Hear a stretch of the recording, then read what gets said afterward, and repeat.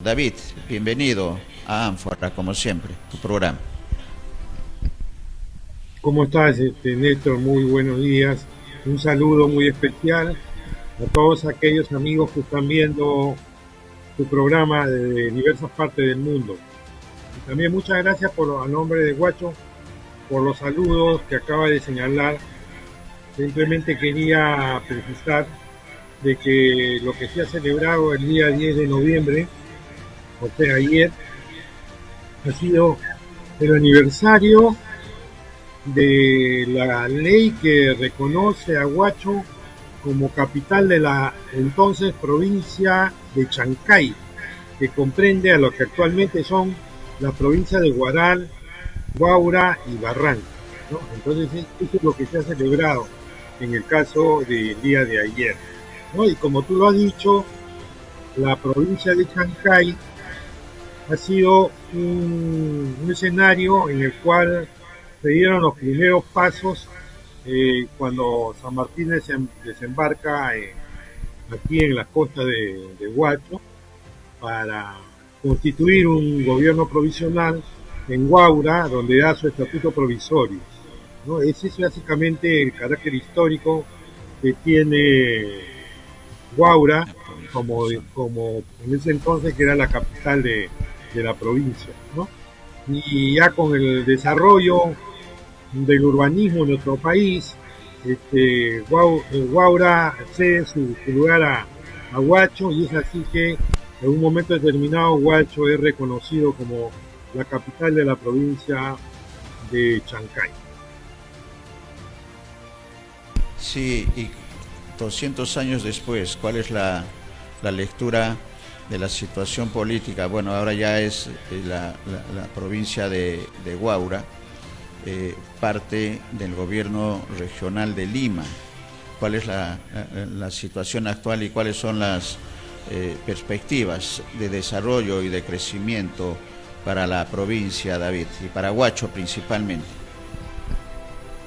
Bueno, has tocado un tema que me parece muy importante, que es el tema de la descentralización, toda vez que a 19 años de iniciado este proceso, estamos recién, aún no superamos la etapa transitoria de coexistencia de gobiernos regionales en jurisdicciones departamentales.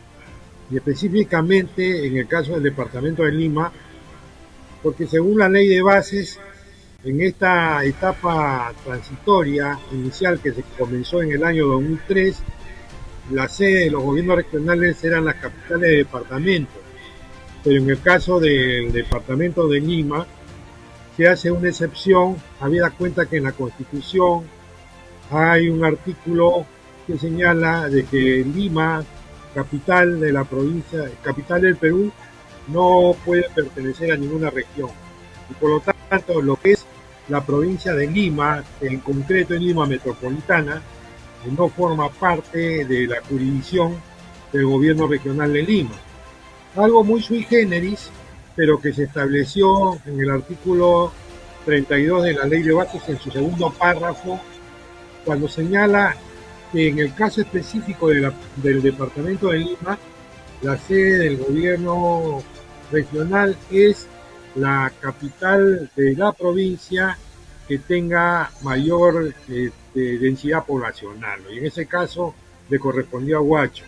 Esa es la razón por la cual Huacho, desde el 2003, desde el primer día útil del 2003 hasta la actualidad, es la sede del gobierno regional. Pero, como habíamos dicho, al no existir un desarrollo de ese proceso, no se ha podido configurar realmente lo que dicen las regiones de acuerdo a la fórmula constitucional en el año 93. Y entonces seguimos con una situación anterior a la que debió haber sido la resultante del proceso de descentralización. Por lo tanto, a criterio nuestro, el tema de la descentralización es un tema que tiene que volverse a tocar en un escenario de un nuevo contrato social, una nueva constitución, en el cual se tendrá que debatir cuál es realmente lo que se tiene que hacer para poder realmente descentralizar a nuestro país y configurar regiones amplias a las que se le denomina erróneamente macroregiones, que en la práctica son regiones, que serían articulación de espacios geoeconómicos para generar desarrollo integral, tanto a nivel horizontal como a nivel vertical, ¿no? Articulando cuencas, articulando mercados, articulando culturas, es decir, como una perspectiva de desarrollo a todo nivel, no como ahora el Perú está configurado con un centralismo muy acentuado, donde la expresión política es un gobierno nacional que más está en la coyuntura de la problemática limeña y un país que está esperando muchos cambios, pero que está dificultándose por una clase política en el Congreso que a lo único que está siendo abocado es buscar la vacancia del presidente de la República. Sí, y en ese escenario, David, la situación de la región Lima todavía se hace mucho más, digamos, difícil, teniendo como escenario es una región fraccionada, cortada por lo que es Lima metropolitana, que es una, con sus 40 distritos, 40 y tantos distritos, es una región, también es una región. Entonces, el tema de cuencas es un tema importante para el crecimiento y el desarrollo de la región Lima, porque tenemos en la zona norte, Huacho, Barranca y las otras provincias hacia el interior, Ollón, Cajatambo, etcétera. Y en el centro está Guarochirí, y para la zona sur está Cañete. Bien difícil el tema del desarrollo sostenido para la región. Ya han pasado 5 gobiernos regionales, si no me equivoco, desde el 2004. ¿Cuál es el balance, tú como profesor universitario, como parte del conocimiento que se tiene de lo que se está haciendo, de lo que no se ha hecho y de lo que se tiene que hacer? Primero, en el desarrollo interno, el tema, y luego el análisis también te pediría, David, con relación a lo que significa la parte ya macro, la modificación de la Constitución, dar el paso del departamentalismo, región en la que se está hasta este momento, y cómo ir ya a una descentralización real, que es lo que se busca. Es un proceso largo, 2 etapas, el desarrollo interno y el desarrollo en el contexto nacional. ¿Cómo aprecias estos 2 escenarios, David?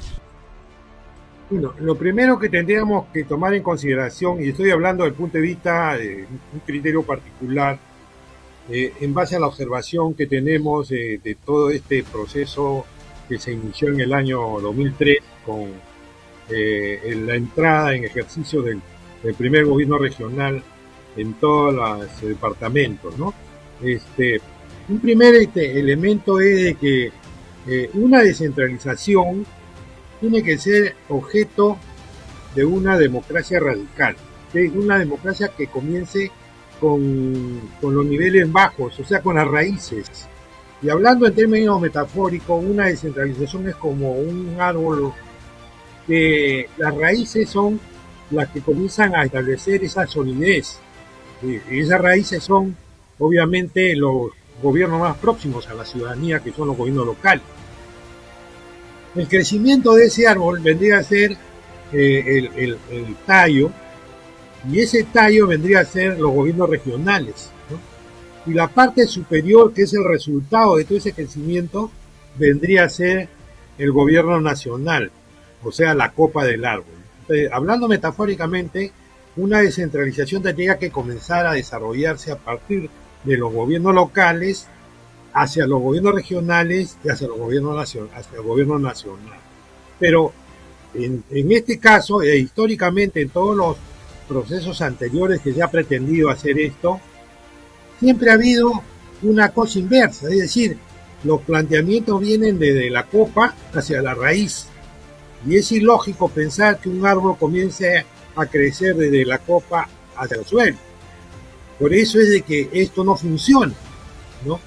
Y en el caso del actual proceso, cuando se comenzó el tema específico de la descentralización, se creó un órgano que sería el Consejo Nacional de Descentralización, que comenzó a monitorear el tema de la descentralización, tomando en consideración un planteamiento muy importante como fue el de Pulgar Vidal, que hablaba de que en el país había cinco macroregiones, ¿no? O sea, 5 regiones definidas a nivel horizontal, es decir, por cuenca, por pisos ecológicos, ¿no?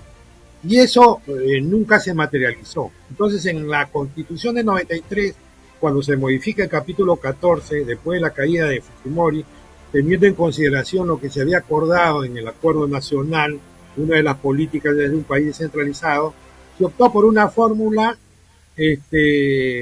constitucional que no ha dado resultado, ¿no? Que es de que las regiones se crean por la unión de 2 o más departamentos que establecen espacios geográficos y que articulan, ¿no? Mercados, ¿no? Complementarios, ¿no? Si nosotros quisiéramos tener un antecedente histórico, podríamos tomar a Caral como un ejemplo muy importante. ¿Y por qué a Caral? Porque Caral es una gran civilización que gracias a Ruchadi ahora estamos conociendo que hace 5.000 años había un gran estado de civilización aquí en el Perú, localizado justamente en la parte central del Perú, en la parte costa del Perú, a la par del antiguo Egipto. Y entonces, ¿qué es lo que se ha encontrado en Caral? Se han encontrado grandes construcciones, se han encontrado signos de avances culturales y se han encontrado, por ejemplo, ropajes de papagayo, y el papagayo es un ave que vive en Cayali. Entonces, ¿qué lectura nos da esto? De que ya de esa época había una articulación entre la costa y la selva, pasando obviamente por la sierra. Esos son espacios geoeconómicos que debían ser materializados a nivel de región. Pero lamentablemente no ha sido posible eso por muchas razones. Entonces, hoy voy a tocar un tema que tiene que ver también con la actual crisis estructural que todavía estamos teniendo a 200 años de creación de la República, y que quería centrar mejor porque me parece que a estas alturas la clase política no está dando la talla, ¿no? Tenemos que hay un divorcio total entre las funciones del Estado, que deberían trabajar en función al desarrollo del país, ¿no? Y establecer puntos en comunes para ir superándolos. Pero lamentablemente no hay esa conexión. Un tema que persiste en el tiempo, que es un crecimiento, en todo caso un estado de cosas donde prima más lo informal que lo formal, y donde la ciudadanía está cansada de ver estas expresiones políticas de los niveles de poder, y por eso es que hemos visto, por ejemplo, a un pueblo cajamarquino que rechaza totalmente a su Congreso, a pesar que han sido elegidos con votos de la población, pues lo rechaza porque lo único que están abocados es a buscar hacer prevalecer intereses y desconocer, ¿no?, de que hay un gobierno que ha sido elegido democráticamente y que debía durar 5 años, y no dedicarse a buscar la vacancia, como es lo que realmente está sucediendo en la actualidad, ¿no? Esa es mi visión en cuanto se refiere al tema actual. Muy bien. Interesante la referencia de Caral, y creo que tenemos que aprender de la historia y de hechos que puedan significar aplicarlos con otras características, evidentemente, pero ahí están los ejemplos del trabajo.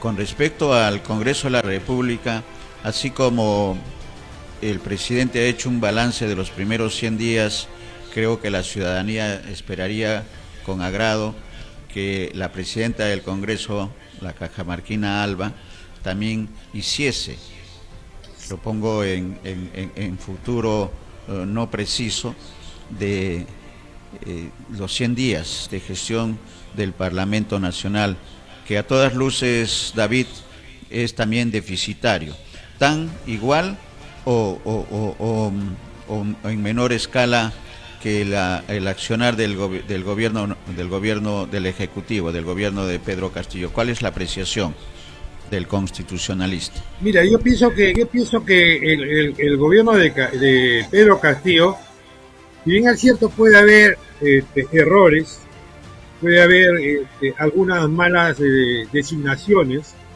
pero no olvidemos de que, haciendo un balance de los 100 días, él ha sido objeto de un petardeo todos los días de forma constante, y no solamente por los intereses que hay en el Congreso, sino también por los medios de comunicación, que en la práctica son un oligopolio, ¿no? Que tienen intereses vinculados a sectores económicos y políticos. Entonces, en ese escenario, si hacemos una apreciación objetiva, vamos a encontrar de que se han publicado las políticas públicas que se están proponiendo para los 5 años, y se ha pedido atribuciones legislativas al Congreso para hacer una reforma tributaria y poder tener recursos que permitan hacer esos cambios. Y lamentablemente no hay un eco o no hay una correspondencia por parte del legislativo.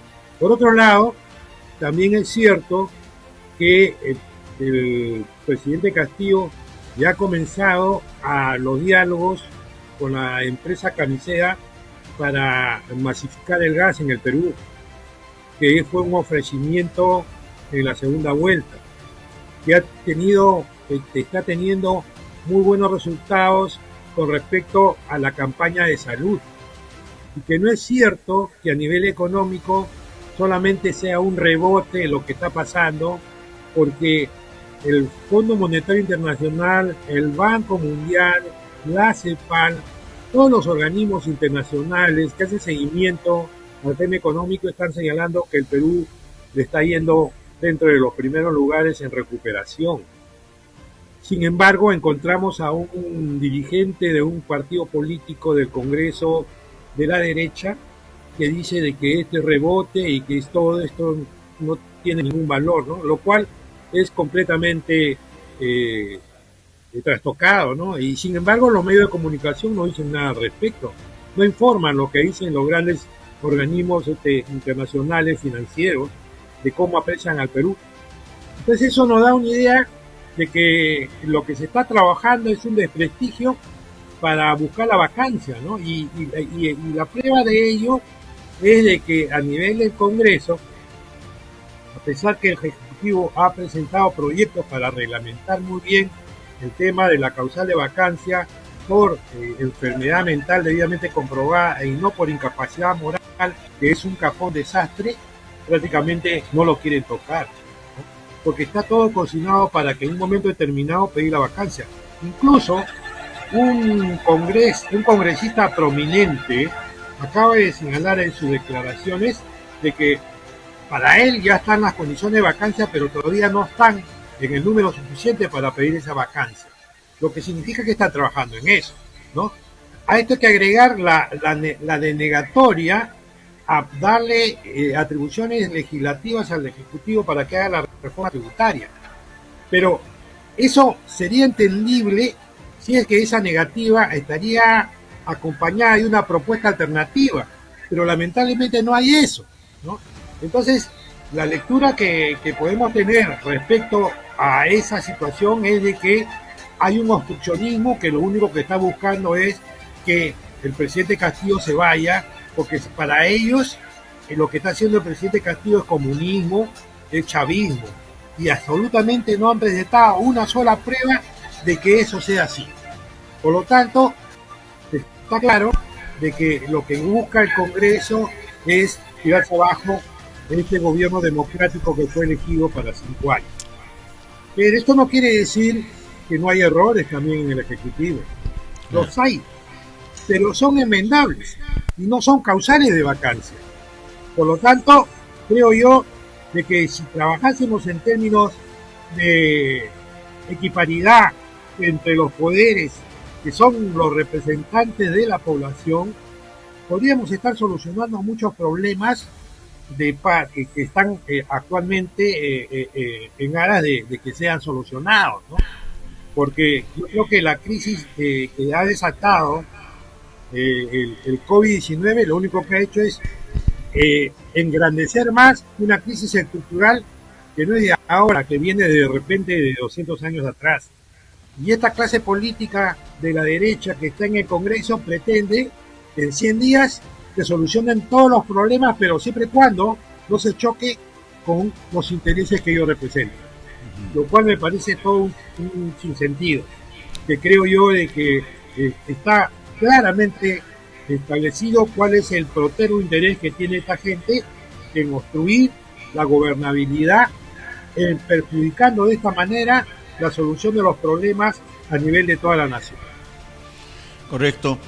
Y en ese análisis de 100 días de gestión, tu comentario con respecto a Perú Libre, que también forma parte, me refiero a Perú Libre en el contexto legislativo, David.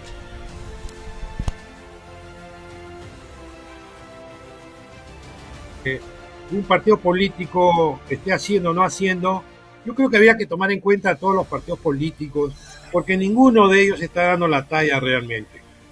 Y la prueba de ello es de que no quieren cumplir con la reforma política de que los partidos políticos tienen que generar liderazgos nuevos. Y por eso es que vamos a estar con las mismas reglas para efectos de elegir a gobiernos locales y regionales, o sea, más de lo mismo.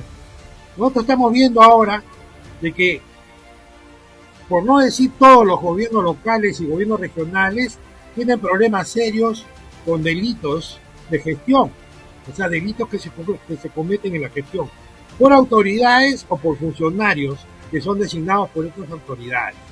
Entonces eso nos da una resultante, que es de que la corrupción está en todos lados. Y en ese escenario vamos a volver a elegir gobiernos regionales y gobiernos locales con esa misma regla. Cuando hace tiempo que los partidos políticos han tenido que renovarse y democratizarse. Entonces no es solamente el tema de Perú Libre, sino el tema de todos los partidos políticos, ¿no? Pero quiero ir más allá. En realidad lo que no está funcionando en nuestro país es la institucionalidad. No te olvides que este 14 de noviembre se está celebrando un año del movimiento juvenil que se tiró abajo el gobierno del congresista Merino, ¿no? Porque reflejaba justamente, ¿no?, la componenda de la clase política para hacer de las suyas. Y la prueba de ello es de que el Tribunal Constitucional, según declaraciones que he escuchado anoche al doctor Espinosa Saldaña, ha aprobado la derogatoria, o mejor dicho, la declaración de inconstitucionalidad de 3 leyes, la 31-2080, la 31-304 y la 31-305, por unanimidad. Y están todavía al voto las que siguen. Y todas esas leyes fueron producto del desdoblamiento de la última legislatura que hubo con la gestión anterior, ¿no? Es decir, se dieron leyes express con ese tipo de desdoblamiento que el Tribunal Constitucional dice que eso no se puede hacer. Por eso está declarando inconstitucionales todas esas leyes. Ahora bien, por otro lado, hay una acción de inconstitucionalidad contra la ley, el tema de la cuestión de confianza, ¿no? Esa ley ya ha sido admitida por el Tribunal Constitucional y se ha corrido traslado al Congreso para que en el plazo de 30 días pueda contestar. Sobre esa contestación, el vocal ponente va a poner a discusión al Pleno esa acción de garantía constitucional que se llama acción inconstitucional, donde se busca declarar inconstitucional esa ley que en la práctica es una reforma de la Constitución, pero que le han dado la forma de ley de desarrollo constitucional, ¿no? Entonces, cuando vemos de que eso está sucediendo tanto en el Congreso anterior como en este Congreso, la resultante es de que la apreciación no está funcionando como debe funcionar, de acuerdo a lo que dice la propia Constitución. Entonces, ¿qué tipo de autoridades tenemos elegidas? ¿Qué tipo de representantes son los que tenemos? Entonces, no es solamente un partido político. Ahora bien, si me preguntas por Perú Libre, yo diría pues de que ideológicamente hablando, Perú Libre considera de que debe agudizar las contradicciones para que haya una situación revolucionaria y ellos puedan crecer en un criterio ideológico marxista-leninista, ¿no? Pero yo creo que eso está muy lejos de lo que pueda pasar en nuestro país. Yo pienso que la población lo que quiere son cambios desde el gobierno, pero viendo a sus autoridades electas por ellos trabajando en función del desarrollo y no en función a cuotas de poder político o a buscar hegemonismo político dentro de la estructura del poder formal que tenemos como Estado. Claro, la pregunta de Perú Libre, David, va en el sentido que es el partido de gobierno y forma parte también de lo que está ocurriendo en el Ejecutivo. Pero la precisión es válida con respecto a el grupo de Perú Libre, digamos el lado extremo, que está buscando esta afinación de las contradicciones, y eso no está en el escenario, no está. Hablabas también de que el 14 se cumple un año de la irrupción de la juventud en el gobierno de pocos días de Manuel Merino de Lama. Y en esa línea, ¿cuál es la lectura, David, del papel que debe cumplir en todo este escenario analizado del Ejecutivo, el Legislativo, partido político de gobierno? Me refiero al papel que debe cumplir la población organizada, que está en el medio, mirando a la derecha, mirando a la izquierda, a la derecha el Congreso de la República, a la izquierda el gobierno de Pedro Castillo, cada uno con un programa de labor y de gestión totalmente diferente, y el pueblo está en el centro, la población organizada. ¿Cuál es el papel que debe cumplir en esta situación? Opinión personal, yo te he dado mi opinión personal. Lo que pasa es de que acá hay una situación. Yo arranqué mi exposición señalando de que los partidos políticos no están funcionando de forma democrática. Eso fue lo primero que dije. Y que incluso han buscado no cumplir con la reforma política para generar nuevos liderazgos. Entonces, ¿qué es lo que estoy diciendo? Que ningún partido político está funcionando como debe funcionar, en forma democrática. Por otro lado, particularmente para mí, Perú Libre no es el partido de gobierno, porque en la primera vuelta no llegó ni al 20% del electorado. Pedro Castillo gana las elecciones porque él suscribe un documento, Perú al 2021, un país sin corrupción. Y esos puntos que están señalados en ese documento son los que está tratando de cumplir él en esta situación. Entonces la gente, al ver esa propuesta, ha votado por Pedro Castillo. Lo que pasa es que esa propuesta está siendo vulnerada por una clase política que identifica esos cambios como si fuera chavismo, como si fuera comunismo, lo cual no es cierto. El mismo Pedro Castillo, cuando ha ido a Estados Unidos y se ha presentado en los organismos internacionales, ha señalado claramente de que lo que quiere es un país democrático y que vengan a invertir. Pero la inversión tiene que ser responsable, tiene que respetar los derechos laborales y tiene que respetar el medio ambiente. Ese es el requisito para poder hacer un gobierno en forma democrática. Yo creo que eso es correcto. Entonces, cuando me dices tú que es un partido de gobierno Perú Libre, yo diría que no, para mí no es un partido de gobierno. Es un partido que ha servido de vientre de alquiler, si quiere llamarlo de esa manera, para tomar cierta posición, porque Perú Libre ha sido un partido regional y que gracias a la figura de Castillo es de que ahora ha incrementado, porque mucha gente también, por cuestión oportunista, pues ve un partido que gana y todo el mundo quiere pertenecer a ese partido, pero no es que sea un partido de gobierno, y por lo tanto el presidente de la República, como representante de todos los peruanos, como jefe de Estado y jefe de gobierno, no puede estar atado a los dictados de un partido político, porque él ya dejó de ser presidente solamente para ese partido, es el presidente de todos los peruanos. Y eso es lo que no quiere reconocer tampoco la derecha, por eso que lo petardea, y por eso que le pone el mote de comunista, de chavista. Entonces, seamos claros, ¿qué es lo que se quiere? Y lo he dicho también, lo que se quiere, o lo que la ciudadanía, imagino que está pretendiendo, es de que haya una integración entre los representantes elegidos por la misma población, tanto a nivel ejecutivo como a nivel legislativo, y apuntalen al desarrollo del país sobre la base de un programa que se planteó en la segunda vuelta y sobre la base de unas políticas que han sido publicadas hace mes y medio en el Diario Oficial del Peruano, que son los lineamientos sobre los cuales el gobierno de Pedro Castillo debe conducirse dentro de los próximos 5 años. Ese es el planteamiento que debe prevalecer. Correcto. Respetable la opinión.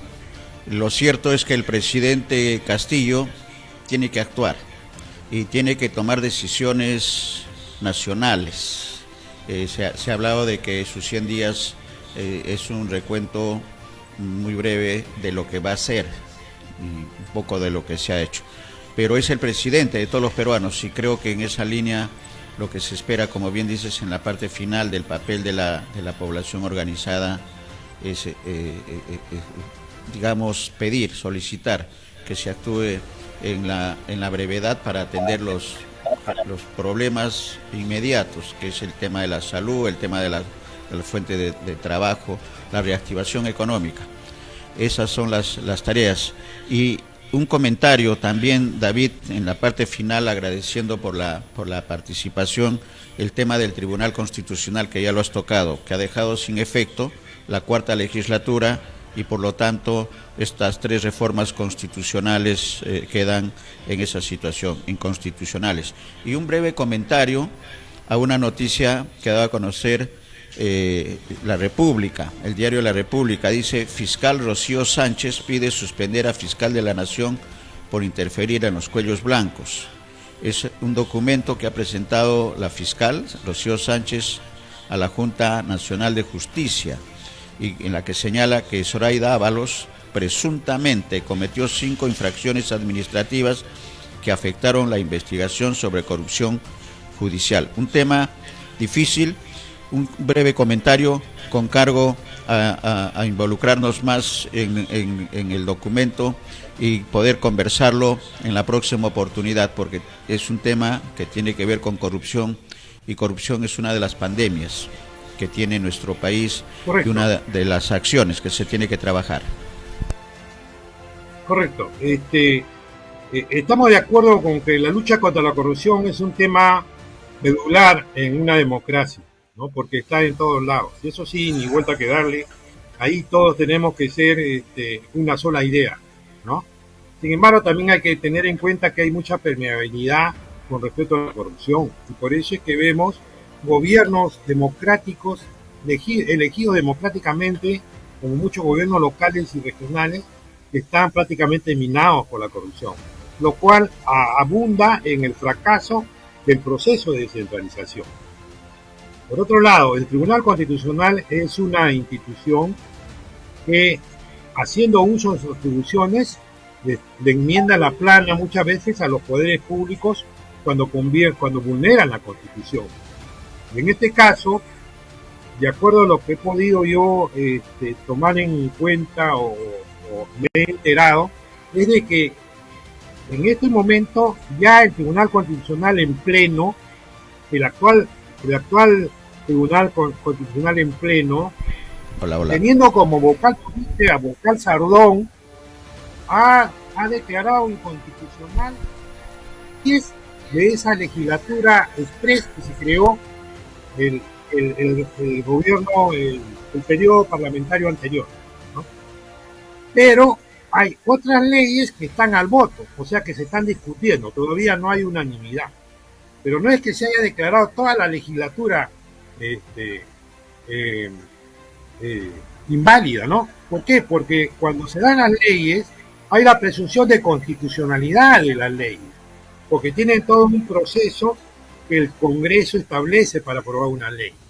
Pero cuando hay una denuncia de inconstitucionalidad, el Tribunal Constitucional tiene que analizar si es que esas leyes aprobadas por el Congreso contienen vulneración a la Constitución. Y eso es lo que ha pasado con estas 3 leyes, y está por verse otras leyes más que han sacado en ese periodo, y vamos a ver cómo va a votar el Tribunal Constitucional. Pero también he mencionado que el Ejecutivo ha presentado una acción de inconstitucionalidad contra esa ley que modifica el tema del voto de confianza en la Constitución, porque en la práctica una ley de reforma constitucional tiene que pasar por 2 legislaturas ordinarias. Y entonces, para que no pase eso, hicieron una ley express donde se le da la figura de ley de desarrollo constitucional y solamente se aprueba por mayoría simple. Y entonces han podido sacar esa ley para desarmar al Ejecutivo y no los pueda disolver. Entonces han dado una ley para poder defenderse de una disolución en el caso de que hagan un doble negativa de doble voto de confianza, ¿no? Esa es una situación que está ahorita pendiente en el Tribunal Constitucional. Y he dicho de que hay un periodo de 30 días para que conteste el Congreso y sobre la cual el Tribunal va a comenzar a resolver. En ese interín hay un proceso para elegir a nuevos integrantes del Tribunal Constitucional. Si mal no me recuerdo, son más de 70 postulantes en estos momentos, pero es muy probable de que se busque, el Congreso en mayoría, busque vocales que no le vayan a perjudicar, porque es probable de que esa acción de inconstitucionalidad tenga que verla la nueva composición del Tribunal Constitucional, dado los plazos procesales que tienen que verse con esta situación de la acción de inconstitucionalidad, ¿no? Entonces tenemos esa situación. Sin embargo, también es cierto de que todos esos postulantes al Tribunal Constitucional pueden ser objeto de observación por parte de los ciudadanos.